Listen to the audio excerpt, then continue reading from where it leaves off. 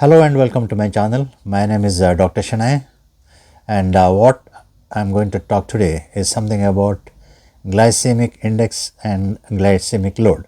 A bit of differences there between the two terms. These days, most of the people, particularly the people who are concerned about their nutrition, their status of their blood glucose or blood sugar, so they are more concerned about this glycemic index. And doctors also tell them that this particular food has got more glycemic index, or this particular food has got low, or this food has got more glycemic load, and all these kind of things. But some people know what it is, and some people are confused about what it is. In simple terms, I'll explain. So I'll not go into the actual deep details about that. What you should be knowing as a layman, and I'll be explaining today in this particular short video.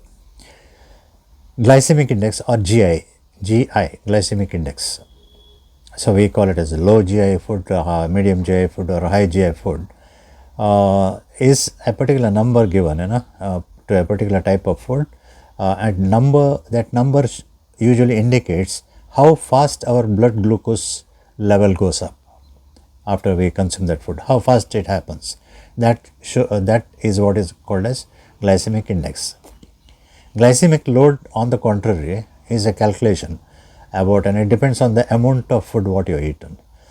So amount of food what you have eaten, depending on its glycemic index, or depending on its nature of how fast it increases the blood sugar or blood glucose.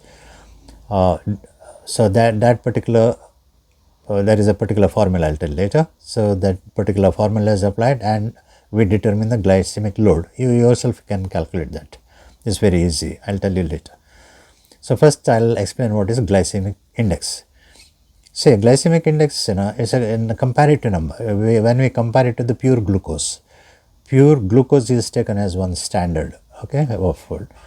For example, you have a glucose. You go to the medical store or some store, buy some pure glucose in a form of powder. When you eat, if you take 1 spoon of that, whatever, so how fast it raises the blood sugar, that particular number we take it as 100. Means blood glucose, the pure glucose increases your blood sugar very fast, very fast. That is the highest, it has got the highest value of 100. So compared to that, how other foods, other grades of foods, other types of foods compared to this pure glucose, that is what is called as glycemic index. For example, the glycemic index of particular variety of food, something like some vegetables, some grains, some nuts, and all that, very few particular fibrous fruits and those kind of things, they have a low glycemic index. Means it doesn't raise your blood sugar so fast. So that number is up to 0 to 55. 0 to 55 is called as a low GI food or low glycemic index food, which can be safely taken, but in a particular quantity, which I'll tell later, it can be safely taken. So that is called as low GI food or low glycemic index food. Then there is some category called as medium GI food or medium glycemic index, like something like whole wheat bread, some kind of few types of pastas, and not all. Some pastas come into the high GI category. Some ripe fruits, because it contains fructose, a few other things, they come under medium GI food, medium glycemic index food. That particular number is 56 to 70. 56 to 70. That is a medium glycemic index. So high glycemic index is above 70. So direct sugar, taking sugary food, ice creams, some types of pastas, fast food, cakes, pastries, and a few other things.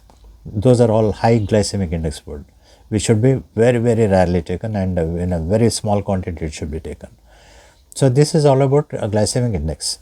So there is a chart available. If you want to know, what food category comes under low glycemic, that is from 0 to 0 is very rare, but for calculation, 0 to 55 compared to glucose is 100, then 56 to 70 compared to glucose, okay, and 71 and upwards is, those are the three categories, okay, low glycemic index, medium high glycemic index, and high glycemic index. Fine.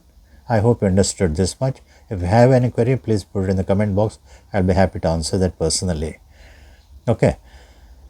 Then we'll come to what is called a glycemic load. This is actually more important for you. This is actually, for example, I'll tell you, this is a high glycemic food, don't take that. Suppose you take only little, what happens? Your blood sugar doesn't go up, okay, that much, because what you're taking is very small quantity. So here the quantity matters. For example, I'll give a formula, okay, so please calculate as per this formula. So the glycemic index chart is available anywhere. You go to Google, you Google it and it's available there. You can download it and it's available in the PDF format as well. It's available in so many YouTube videos.